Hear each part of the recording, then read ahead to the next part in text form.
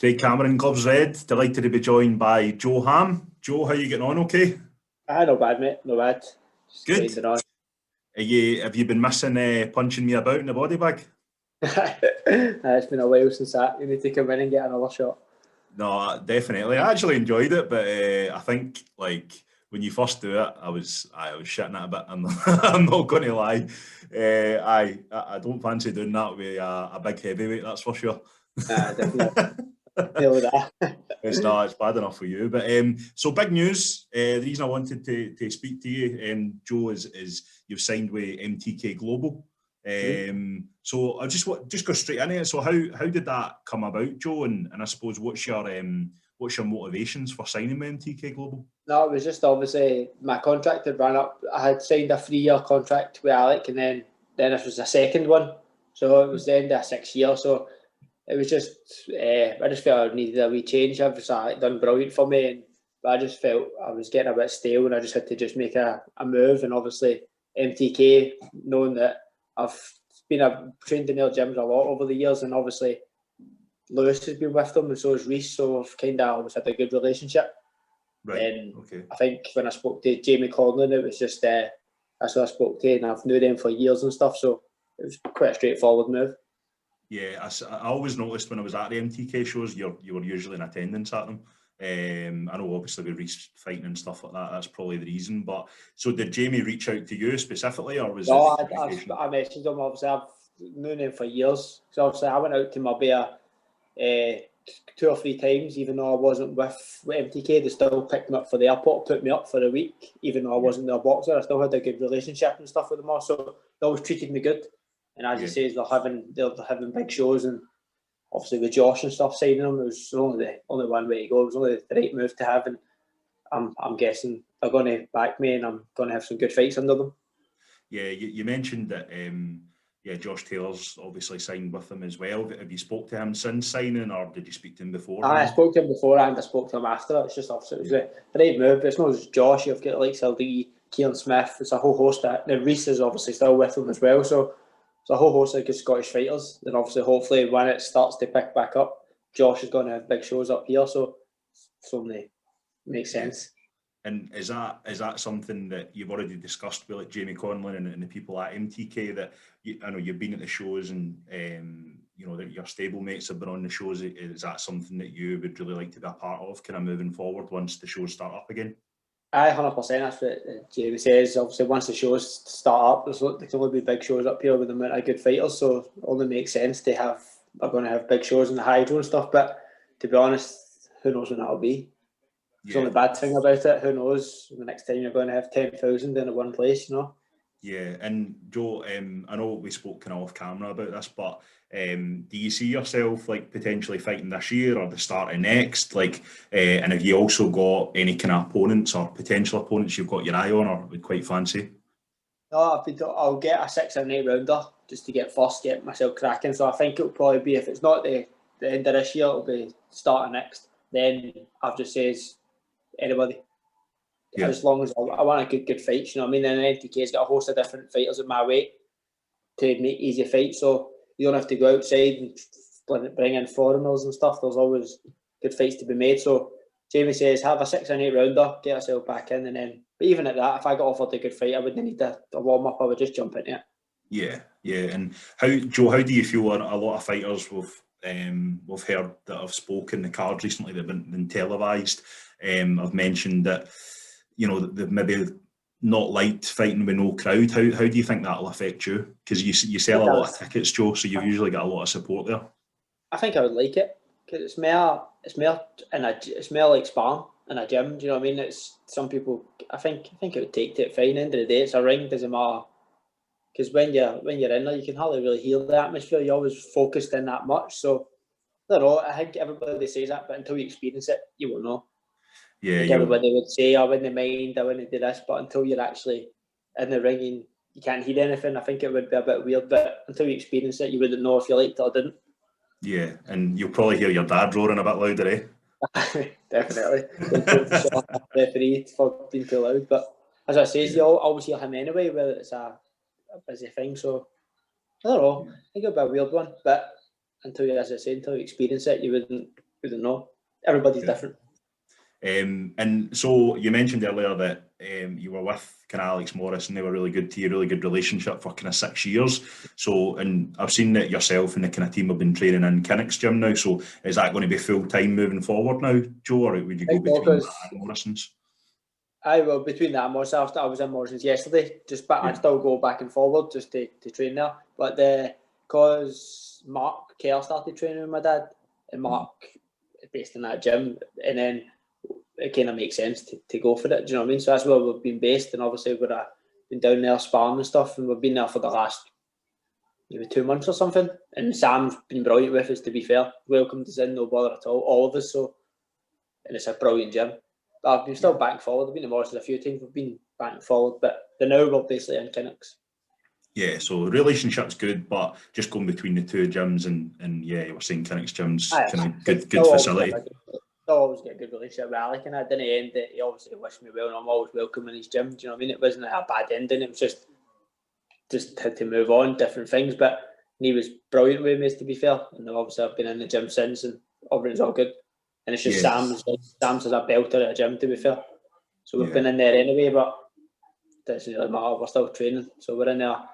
We were in there yesterday sparring, and then we're back in Saturday. I think Mark McEwen's coming to spar. So between me, Nathaniel, Reagan, and him, just mix it up. I'll need to get a ticket for that one. Right, so we're down there Saturday morning, and we were sparring yesterday between each other. So it was like me, Reagan, Stuart, and Nathaniel, just talking and mixing it about. Right. Okay. Good. So, Joe, I think you're well placed to answer this question. How do you think that COVID and coronavirus is going to affect both amateur and pro boxing in Scotland? Unbelievable. Like, I don't know. Obviously, you see the amateur boys are still away. There's some countries that are a bit more, a bit far ahead of us. Maybe they're not as bad. Like they were in Lithuania and they're in Russia. So, but I can't see. I don't know when the next show will be. Honestly, I don't know. Just need to see. I think if football's not getting anybody in, then they'll get anybody boxing. Do you know what I mean? Because football's more, you can go with your kids and that, but boxing's more people like get drunk and have a show. Do you know what I mean? It's like a different thing. You're not just going to go to a boxing fight and everybody be sober in the crowd. I think it'd be weird. Yeah. Do you know what I mean? I think it would be, even in amateur shows, everybody's there to have a drink and watch the fight. So I don't know how the atmosphere would even be with everybody sober. A weird one, but I hope so. I hope somebody gets in, because the longer it goes on, more and more people are going to not box. Yeah. Do you know what I mean? Like a lot of people, I've got good, my work backs me, and I've got good sponsors and stuff, but a lot of people don't have a full-time job. They just box, and then if they're not boxing, how can you get paid? You know what I mean? No, absolutely. And I know, Joe, I touched on this earlier, right? But see, with the fact that there might not be crowd there or the noise won't be there, do you think it's easier for a fighter that you can hear those clear instructions from the corner? Something's going wrong and they're not doing something particularly well. Do you think that it's easier just to change that game plan? Because you mentioned that sometimes you can't hear those instructions. 100%. I think so. I think it's pros and cons. Like if you could hear instructions and stuff very well, but if somebody, you see it in some other fights, if somebody was to get put down in the 6th or 7th round, sometimes it's the crowd that gets them up. Do you know what I mean? So if you've not got that lift to inspire you to get up, you can kind of come and go. Do you know what I mean? It's like it's a weird one. I don't know. I think it has its pros and its cons. I don't know if you've seen the boxing the weekend, but I know that there's been a lot of chat and people unhappy with judges' scorecards just now. But I don't know what you think, but see, for me, usually you would have a crowd there, roaring to their feet if there's a good shot landed, etc. And maybe the judges will be inclined to mark a card in a certain way. But see, when there's no one there's no noise. Do you think that's maybe a reason why we're seeing, the judges' scorecards are so different for the same fight? That's what I said. Everybody says that the crowd can win you a round by cheering, even if you're not landing a shot. So everybody's just gone nuts anyway, and that can go in a favourite. So as you said, but I still think obviously they're still judging at the end of the day. This should not be swayed by a crowd. You know what I mean? It should be swayed by the scoring shots. So obviously the cards were a bit mad at the weekend. Yeah.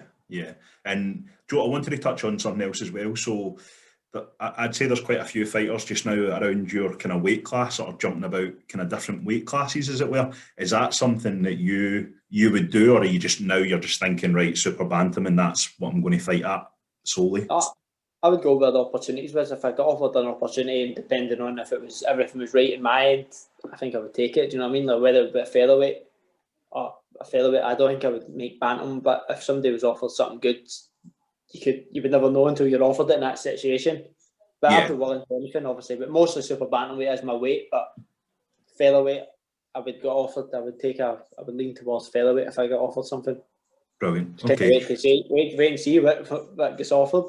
Do you know what I mean? Yeah, no, absolutely. I think that, I mean, that's obviously the reason why you went with NTK Global, because you hear all their fighters saying that, you know, the opportunities that are presented to them. Did you have any opportunities or any kind of fights after the Kesh Ashfaq fight offered to you at all? Oh, not really. Like, we were meant to fight in April just to get myself back into it. Then I was just hopefully having a big end to a year and thing, but then everything got done. So then we were just kind of left in limbo. But we've been training right through, like to an extent. Obviously, it's not as hard, but I'm still in good shape. I'm still sparred like once a week to keep ourselves ring sharp. Do you know what I mean? Yeah. But when it comes to, obviously, if I get a couple of weeks' notice and you get a good fight, I think I would jump at it, definitely. Great. What you're in it for. No, exactly. And so how's the rest of the team getting on? I've not spoke to them. I spoke to Nathaniel just a couple of times, but it wasn't really in relation to boxing. How's the rest of the team getting on? I think everybody suffered it in the same way, because we were all meant to kind of fight at that first end of the year, and a lot of people kind of fell away from it. So with me, Reagan, and Nathaniel, like us three have kind of stuck with it the whole way through. Reese has been in and out. Same with Stuart. Stuart's been messing about in Dubai and that. He's been all over the place. Playing golf. I've seen pictures of him in the golf course. He's just been all over the place, just as usual. And Reese has kind of had to go back full-time working and stuff as you do. You know what I mean? You can't just rely on, everybody's different. But me, Reagan, Nathaniel have been in non-stop. Then obviously Mark had joined, and then it's just been. But as last week we were on together, first time, and then Reese was back, and we're all kind of in training. But to say it's hard to train fully focused when you've got nothing. Nobody's get any known on what's happening or when they're going to fight. Everybody's got a rough idea, but nobody really knows. You know what I mean? No, of course. And Joe, we done a really good podcast with yourself, and one of the subjects in that I just wanted to touch on, because of everything that's going on just now, is sponsors. Like, you've always had really good sponsors, and naturally that supports the fighters. I think some people tuning into boxing just think that, you know, they're all millionaires and they get paid. It's far from it. You know what I mean? And they need to rely on sponsors. So how's your sponsors been during this time? Have they been supportive, or some of them had to fall by the wayside because they're in a difficult spot? A lot of people obviously have. To be fair, I've not really asked for nothing. Do you know what I mean? I've don't really, 'cause I've got a full-time job, but my work back me. So City Building are quite lucky with me, but obviously the likes of Fort Clothing and stuff, I've still been in route. Tony's, I still keep in contact with them all. Good. And same way, the Paul Simpson and Douglas for Synergy, I think he's going to cover my medicals again end of this year. Do you know what I mean? Which is, I had my medicals in the end of November, and it's going to need renewed again, even though I've not a fight. It's unbelievable. Do you know what I mean? But that's crazy, the way it is. But for people like that, I said people don't see the kind of things that people get done for you. It's unbelievable. Do you know what I mean? So he's going to help me with that. So that'll be massive. But he sorted the last one, and it's been a full year, and he's got it again. It's through no fault of your own. Just nobody could see something like this. If somebody was to told you this last year that this was going to happen, you would think they'll talk a lot of rubbish. You know what I mean? But the full world is going to get shut down. No, you wouldn't believe them. So I seen that you've been putting some people through their paces with our PT. Just kind of taking over while you're not fighting. I mean, as well, just kind of keep yourself. I was doing it anyway before the thing, but obviously it's just doing it outside. Just obviously because me and my girlfriend, we bought a house in March, meant to move in the 27th of March, and then lockdown happened. We would get delayed 18 weeks. We were finding then, but it was a brand new house sitting there for 18 weeks. Couldn't do anything. Is that you're in now? We're in now, aye. So we're just finding again. But we're 18 weeks, not having a clue. Everything was shut down. Everybody's working from home. All the land registrations was shut. It was a nightmare. No, so then you don't know what's happening. Do you know what I mean? Like, we transferred the deposit and everything, and we're thinking yourself, hopefully this doesn't. And just stupid wee things kept going on, and we was like, just keys the keys, man. But then it was good when we finally got it. No, it's good. I'm glad to hear that. But yeah, I would encourage, like, Joe, for me, you're always someone that's in shape. So if anyone's wanting to get in shape, then reach out to Joe for some PT. But He'll certainly do the business. I mean, I'm not personally going to do it. I'll just let you punch me about my body bag. But yeah, if you want to get fit, reach out to Joe directly and get booked in for a session. But Joe, no, I just listen. I want to thank you for your time and also want to wish you well with MTK Global. I'm sure that a lot of good fights ahead. What's that? How's it been with you? Like, what have you been up to? Joe, do you know what? It's been hard just because there's no shows. And everybody can only talk to people so many times about the same stuff when nobody's had a fight. Absolutely. Yeah, I know. It's like you kind of want to keep. We feel as if we've got a responsibility to keep things going because, you know, we want Scottish boxing to be on the map and for fighters to get that platform. There's not really much to talk about. The fact that you signed for MTK Global, naturally, there's a lot to talk about from that and the opportunities that will come with that. But for other fighters, maybe they've not trained or they are training and they've not getting no opportunities. There's not really much to talk about. But at the same time, you want to encourage them to, you know, stay fit and hopefully the fights will come up for them. You know, it's hard to do that. Even the likes of like try to get somebody to spar. We're lucky. We've got people, me, Nathaniel, Reagan. We're all no far away for the same weight. Yeah. So it's in-house sparring. We don't need to go travelling or relying on other people. Yeah. I mean, there's a lot of people, even if you did get a fight, you can't rely on good sparring because not everybody's training. No. And that's no anybody's fault. It's just the way it is. You know what I mean? It's not as if it's like, so you can't, usually if everybody's booming and there's tons of shows on, you know people are going to be in the gym. You can always get good sparring to mimic opponents, but that's not happening now. Yeah, everybody's training, you know what I mean? Not everybody's get the same motivation or the same. Nobody wants to go for a full-time job and then go home, get ready, then go to the gym and spar. And when there's nothing to aim for, nah, see that you know what I mean? It must be so difficult, and I think like just even normal people that aren't boxers or maybe professional athletes, like, you know, in my experience, you're seeing people either going totally 100% towards fitness and losing weight, or they're going the other way. You know what I mean? Because it's just there's no nights out to try and get in shape for, or holidays to get in shape for, or just getting used to just eat and deliver and all that. Everybody's just on to them because nobody can go to restaurants or anything, so everybody's just sitting in the house eating, and then the way they're talking, you never know if hopefully another lockdown or anything doesn't come into place, because that's just going to. I know. Like, at least you've got Tony's Pizzeria as your sponsor, so you can go mental. Never needed anything, so it's a lot of people, as I say, it's like if people go into another lockdown now, people will just give up completely. Yeah. I think.